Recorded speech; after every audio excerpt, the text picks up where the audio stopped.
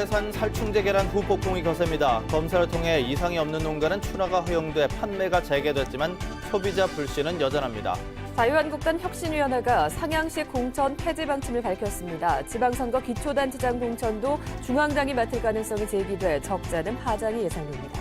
국토교통부가 중앙선 도담 영천 구간을 복선 전차로 하기로 했습니다. 대통령이 언급했던 안동 임천각의 원형 복원 사업이 속도를 내게 됐습니다. 형편이 어려운 어린이들을 돕는다며 전국에서 기부금 128억 원을 모아 후화 생활을 한 일당이 잡혔습니다. 여러분 안녕하십니까? 8월 17일 목요일 아침 대구 MBC 뉴스투데이입니다. 연일 비 소식이 이어지고 있습니다. 오늘은 낮까지 비가 오다가 그치겠지만 앞으로도 비 소식은 잦겠습니다. 낮에는 대부분 지역이 30도 안팎까지 올라 어제만큼 덥겠습니다. 자세한 날씨 소식 이시정 기상캐스터입니다. 네, 마치 장마가 다시 시작된 것처럼 비가 자주 내리고 있습니다. 현재 대구와 경북 지역도 대체로 흐린 가운데 곳에 따라 비가 내리고 있는데요. 비는 낮까지 가끔 내리다 오후부터는 소강 상태에 들 것으로 보입니다. 하지만 다음 주 초반까지는 비가 계속 오락가락하면서 비가 내리는 기간이 길게 지속될 것으로 보입니다. 우선 내일까지 예상 강우량 살펴보면 대구와 경북 지역 10에서 많게는 50mm 정도가 되겠습니다. 현재 기온 살펴보면 대구가 23도, 안동 21도로 제법 선선하게 시작하고 있는데요. 한낮 기온은 대구가 31도, 안동 29도로 어제와 비슷하거나 조금 높아서 낮 동안에는 조금 덥게 느껴지겠습니다. 날씨 정보였습니다. 국내산 계란에서도 살충제가 검출돼 한때 계란 판매 중단이라는 사상 초유의 일이 벌어지는 등 혼란스러운 상황이 이어지고 있습니다. 검사를 통해서 이상이 없는 계란은 출하가 허용돼 대형마트 등지에서 다시 판매가 재개됐지만 소비자 불신은 여전합니다. 김은혜 기자가 보도합니다. 경북 동물위생시험소 직원들이 영천의 한 양계 농가에서 계란을 수거하고 있습니다. 경북 지역 산란계 사육 두수는 1,379만 4천여 마리, 전국에서 가장 많습니다. 두 가지 문제가 되고 있는데 두 품목하는 것이 아니고 27종에 대해서 농약에 대해서 27종에 대해서 다중 분석법으로 지금 검사를 하고 있습니다. 그래서 이 두 가지 이외에도 다른 것도 있다면 나올 수가 있는 그런 상황입니다. 현재까지 경북 지역 259곳 농가 가운데 검사가 마무리된 200여 곳과 대구 지역 3곳은 모두 살충제 성분이 검출되지 않았습니다. AI 여파에 따른 계란 부족과 소비 급감에다 살충제 파동까지 이어지는 이 중고에 일부 농가에서도 불만이 터져나오고 있습니다. 교육을 시켜야 돼요. 정부 기관에서. 이런 사고 나니까 위생처가 조사한다. 대구시 교육청은 안전성이 확보될 때까지 급식에 계란을 재료에서 빼도록 지시했고 식당에서도 대체 재료를 사용하고 있습니다. 많이 당황스럽죠. 대체품을 언제까지 써야 될지. 전통시장에서는 계란 판매 금지가 아예 이루어지지 않았습니다. 아직은 쓰고 있대요. 그런데 이거는 아직까지 이쪽에는 그게 없으니까. 시간은 계란이 근데 다른 것도 장수가 된다. 대구 지역 대형마트에서도 안전성이 확보된 농가의 계란은 판매가 재개됐습니다. 그러나 살충제 성분이 검출된 계란이 친환경 인증을 받은 농가라는 사실에 소비자들의 불안은 더 커지고 있습니다. 우리는 그런 마크 하나 믿고 사는 건데 그런 부분조차 허점이 있다고 생각되니까 굳이 이게 좋다고 뭐 친환경이라고 고가라고 이제는 무조건 믿어서는 안 될 것 같고 근데 직접 길러서 나와서 달걀을 뭐 그렇게 하는 수밖에 없나 이런 생각하고 있죠. 경상북도는 조만간 계란 전수조사를 마무리할 방침입니다. 그러나 소비자들의 불신과 혼란은 쉽게 가라앉지 않을 것으로 보입니다. MBC 뉴스 김은혜입니다. 자유한국당 혁신위원회가 각 지역 당원과 국민들이 선거 출마 후보자를 뽑는 상향식 공천 폐지 방침을 밝혔습니다. 중앙당이 모든 걸 알아서 하겠다 이런 얘기인데 당장 내년 지방선거 기초단체장 공천도 중앙당이 맡을 가능성이 커지면서 적잖은 파장이 예상됩니다. 윤영균 기자입니다. 자유한국당 혁신위원회는 지역 여론을 수렴하는 상향식 공천을 폐지하기로 한 이유로 두 가지를 들었습니다. 하나는 지난 총선에서 실패한 방식이고 두 번째는 상향식 공천이 특정 지역사회 정치권의 기득권 재생산에 유리하다는 것입니다. 당장 당내 중진 의원들이 반발하고 나섰습니다. 국민과 당원의 여론을 반영하는 상향식 공천을 포기하면 공천이 아닌 말 그대로 사천이 돼 특정 권력자 입맛에 맞는 인물만 찾게 된다는 것입니다. 20대 총선 실패가 상향식 공천 다시가 그건 아니지 않느냐. 때에 따라서는 사실 전략 공천을 할 수도 소수로 할 수는 있겠지. 자유한국당은 기초자치단체장에 대한 공천도 시도당이 아닌 중앙당에서 관리하는 것으로 공천 방식 변경을 추진하고 있습니다.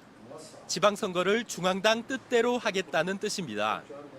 이렇게 되면 후보 간 경선 자체가 없어지고 지역 여론보다 중앙당 권력자의 줄대기가 급급해질 가능성이 커집니다. 특히 자유한국당 중앙당은 지방선거를 싹쓸이해온 대구 경북을 대표적인 물갈이 대상으로 인식하고 있는 것으로 알려져 적잖은 정치적 파장이 뒤따를 전망입니다.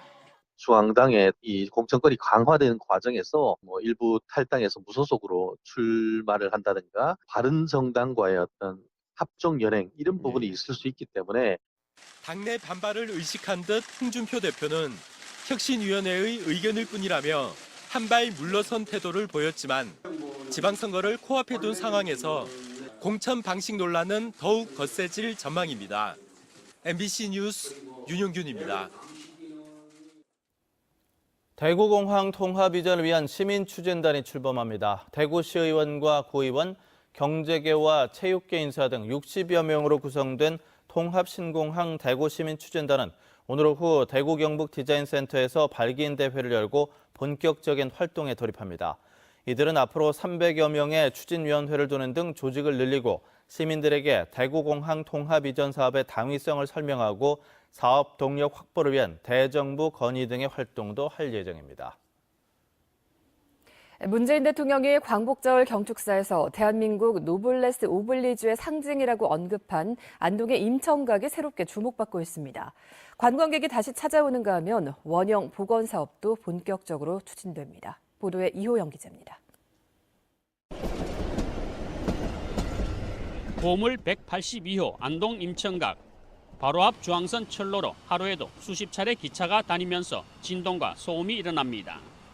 철로가 임청각을 가로막은 것은 1942년 일제강점기 때 임청각 마당에 중앙선 철도 개설 이후 지금까지 70년이 넘었습니다. 문재인 대통령이 광복절 경축사에서 99칸의 대저택이 반토막난 상태라고 언급한 그대로입니다. 국회의원이었던 문 대통령은 지난해 5월 27일 홀로 임청각을 찾아 석주 이상용 선생의 증손자로부터 임청각의 현실을 들었습니다. 그리고 임청각의 완전한 복원을 다짐한다는 글을 남겼습니다. 해방 후에도 이런 거 하나 제대로 좀 복원하지 못하고 이렇게 방치하고 있고, 그다음에 이 집의 소유권 문제까지도 해결해드리지 못하고 이런 부분은 참 후손들로서 참 부끄러운 일이라고 생각을 합니다. 임시정부 초대 국무령을 지냈던 독립운동가 석주 이상용 선생의 생가인 임청각은 지금의 철로와 도로 부분을 포함한 대저택이었습니다. 선생은 50 넘은 나이에 임청각 등 전 가산을 처분하고 만주로 망명해 신흥무관학교를 세우고 무장 독립운동의 토대를 만들었습니다. 하지만 이 저택은 원형을 잃은 채 무가 건물로 전락했습니다. 해방 70년이 넘도록 이 건물이 소유권과 등기도 되지 않은 무화 건물로 남아 있습니다. 참 안타까운 일입니다. 광복절 경축사에 대통령이 임청각의 가슴 아픈 사연을 언급하면서 이곳을 찾는 외지 관광객이 크게 늘었습니다. 일제가 그거를 막기 위해서 집에 철도를 놔서 끊어놨다. 그런 좀 역사적인 아픈 사실을 한번 확인하고 싶어서 찾아보게 됐습니다. 안동시도 중앙선 복선 전철화 사업으로 철로가 폐선되는 2020년에 맞춰 완전한 원형 복원 사업에 나설 계획입니다. 중앙정부와 협력을 해서 임청각의 원형 복원뿐만 아니라 기념관 등을 이렇게 건립할 그런 예정으로 있고, 또 우리 지역이 또 많은 독립운동의 흔적들이 지금 남아 있습니다. 이런 흔적들을 발굴을 해서 안동댐 도로 옆에 있는 임청각 표지석입니다. 이곳에서 임청각을 보기 위해서는 이처럼 철길 밑에 있는 작은 통로를 통과해야 합니다.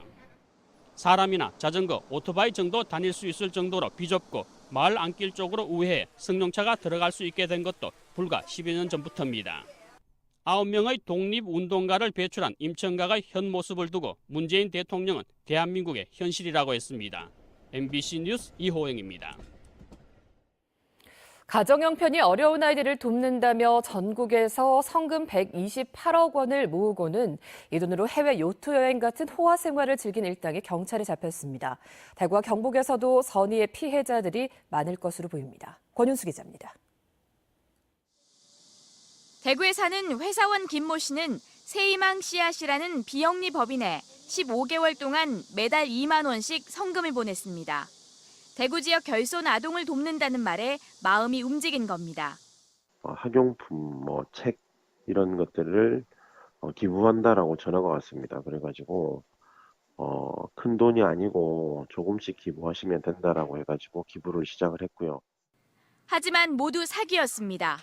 무작위로 전화를 걸어 전국 약 5만 명에게서 128억 원을 모은 이 법인은 직원들끼리 해외 요트 여행을 하거나 아파트를 사고 외제차를 구입하는 등 호화 생활을 즐겼습니다. 실제 후원금으로 쓴 돈은 2억 1천만 원, 전체 금액의 1.7%에 불과합니다. 경찰은 법인 관계자 윤모 씨 등 2명을 상습 사기 혐의로 구속했습니다.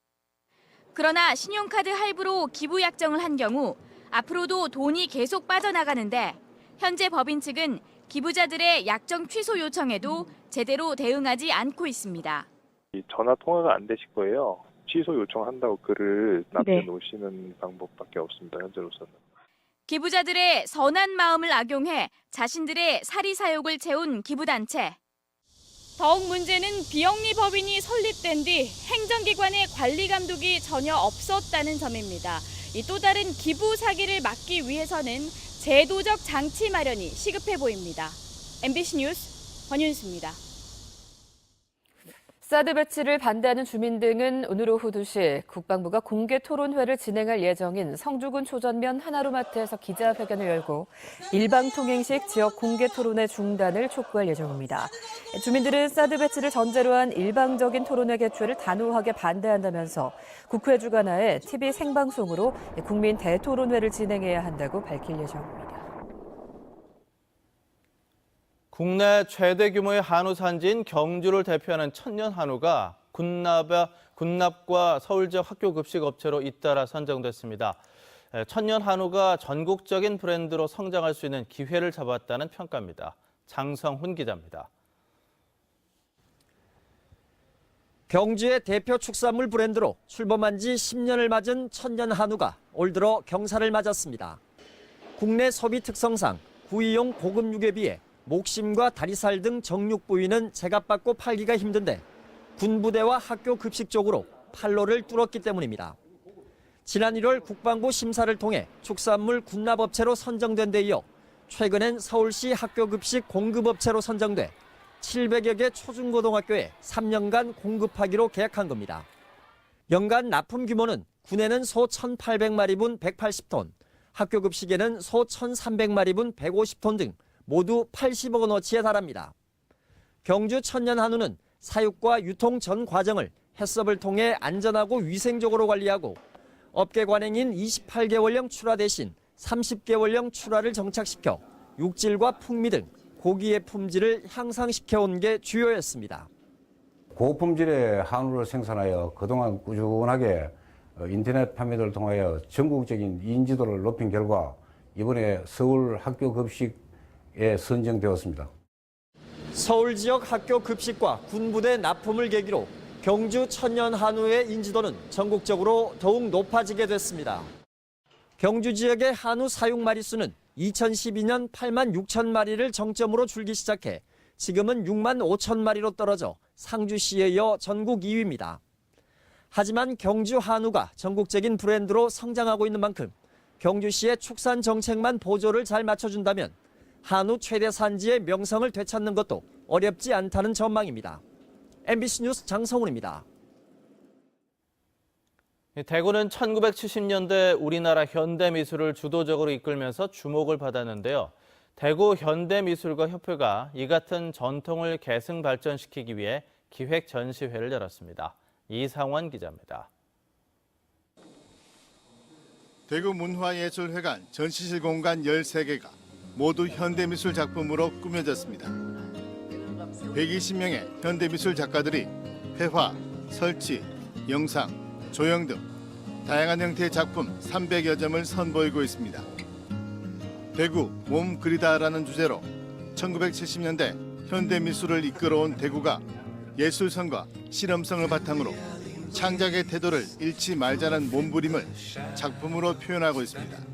70년대 역사적 의미를 가지고 있고 또 그래서 대구라는 도시가 어쩌면 한국 현대미술의 태동과 함께하면서 대표할 수 있는 도시라고 생각을 하고 있어요. 그래서 저희한테 그게 중요한 의미를 가지죠. 본 전시실에는 작가들이 직접 코디네이터로 참여해 몸이라는 화두에 맞는 각자의 소주제를 선정해 작품을 전시했습니다. 특별 전시실에는 예술가의 삶을 가까이 볼 수 있는 예술가의 방, 부산 울산 작가들이 참여한 영남전이 마련됐습니다. 아직까지 어떤 시스템이나 또 경제적인 부족으로 인해서 작가들이 많은 고통을 받고 있지만은 그래도 작가 정신으로서 또 시대 정신으로서 그것을 가지고 잘 버티고 있고 이와 함께 대구에서 활동하는 청년 작가들을 지원하는 프로젝트 전시와 아트박스전, 나만의 마스크 만들기 등 작가와 시민이 소통하는 시민 참여 행사도 진행됩니다. MBC 뉴스 이상훈입니다.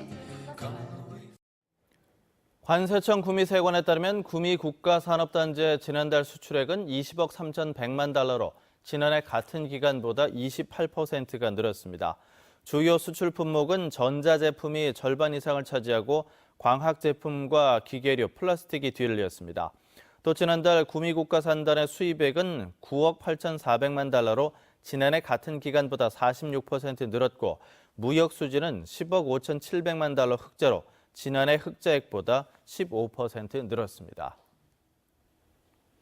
대구은행이 토요일에도 문을 여는 영업점을 늘리고 있습니다. 대구은행은 이번 주부터 수성구 시지점에서 토요일 영업을 시작하는데 영업시간은 오후 1시부터 6시까지고 신용조회가 필요한 대출 업무는 볼 수 없다고 설명했습니다. 이 밖에도 대구은행은 백화점 내 영업점에서 토요일과 일요일에도 영업을 하는 등 모두 19곳에서 탄력 운영을 하고 있습니다.